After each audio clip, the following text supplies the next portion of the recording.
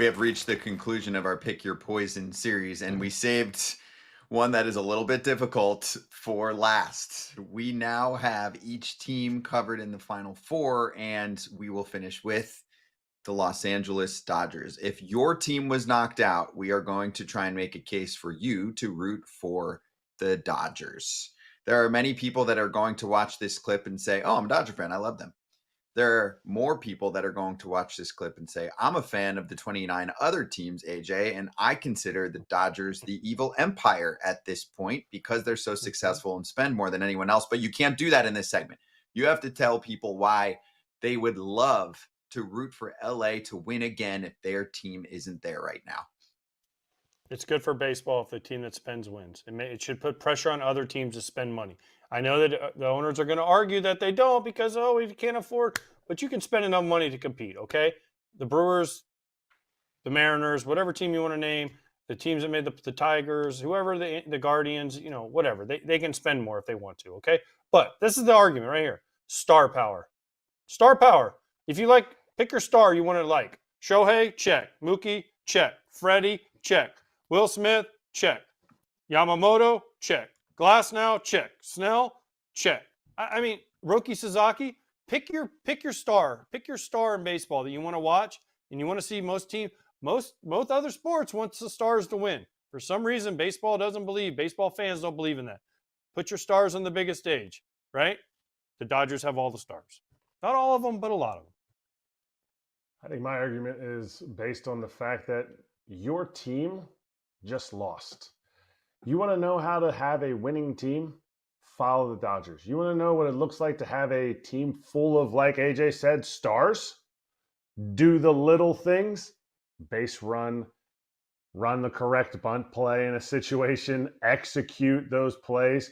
But also, they're not a perfect team. They pick each other up. Tommy Edman almost yoinched the ball into the dugout at the end of that bunt game where the Phillies were coming back. Guess what? Freddie Freeman picked him up. Teoscar Hernandez dropped a fly ball in right field when Yamamoto's pitching against the Reds in the first series to tie the ball game up. Guess what? Yamamoto picked him up. These guys, yes, they're stars, but they play together as a team. And if you're a fan, they will accept you in. They want all the backing that they can get because they're like, we all back each other. Why not our fan base? So come on the train to Dodger Town. Hey, how about the fact that the roster construction is leading to success as well? Is Kike Hernandez the best regular season player? Is Tommy Edman the best regular season player? Is Max Muncy the best regular season player? We can go on and on with quite a few winners that they have been able to identify and fit into the cog, and it's working for them. It's not like we're looking at this team, AJ, and saying they have the best player, regular season, WAR, all of that stuff at each position. They have quite a few superstars, like you mentioned, but it's not all around where you're looking at like the National League All-Star team. No, but also, you're right, but they do a great job of also building depth, which is why they're the best team, is because they build enough depth in their organization, not only at the big league level, but in AAA. They have guys injured. They sign guys that are injured. They take chances on some guys, knowing they have the financial might, which is a huge positive for them. But also, I'm going to go back to my other point. The NFL, right? Everyone loves the Patriots and Tom Brady because he won all the Super Bowls, right? And the NFL blew them up. The Chiefs and Patrick Mahomes. And you go to basketball and you have MJ with his three-peats, and you go to LeBron and Steph with their winning, right? And then you go to hockey with who they want to win, with the Panthers and Lightning because Florida owns the NHL, right? And we own the Stanley Cup. But other sports wants these teams to win. For some reason, baseball fans, we can't have a repeat winner. It's been 25 years since we've had a repeat winner. This might be the chance because this team is special because of all the things that they do correctly. When you become a Dodgers fan, I do have to give you one piece of advice. Don't go to the games. There's too much traffic. Be a Dodgers fan who watches on TV, okay? So that's the best. It's a really nice ballpark, though. I like that ballpark experience. It's fun. But yes, you need to get yourself off of work early or something. You got to get there really early. It is very second best tailgating. Second best tailgating in all of baseball? No. No. In the In the Oh, playoffs, in yeah. what's left. Yeah. Because there's Yeah, some yeah. other teams. Obviously, the Brewers have their own thing going, but there are a few other Brewers teams are that the have a nice parking lot setup where you can Philly. get a good tailgate going. Yeah, the teams that aren't in that whole like downtown experience where it's about parking, getting out, and then going to the other stuff that the owners have. It's about just, I mean, like Kansas City when things are going right and they're in the playoffs, right? That's just a massive parking lot, so they've got some good tailgating action going on. One other thing to play off of the superstar component, AJ, is that we've barely seen Mike Trout in October, and that was a case for a while with the best player in our sport at the moment, who is Shohei Ohtani. It is fun to watch Ohtani, and he's a really interesting storyline.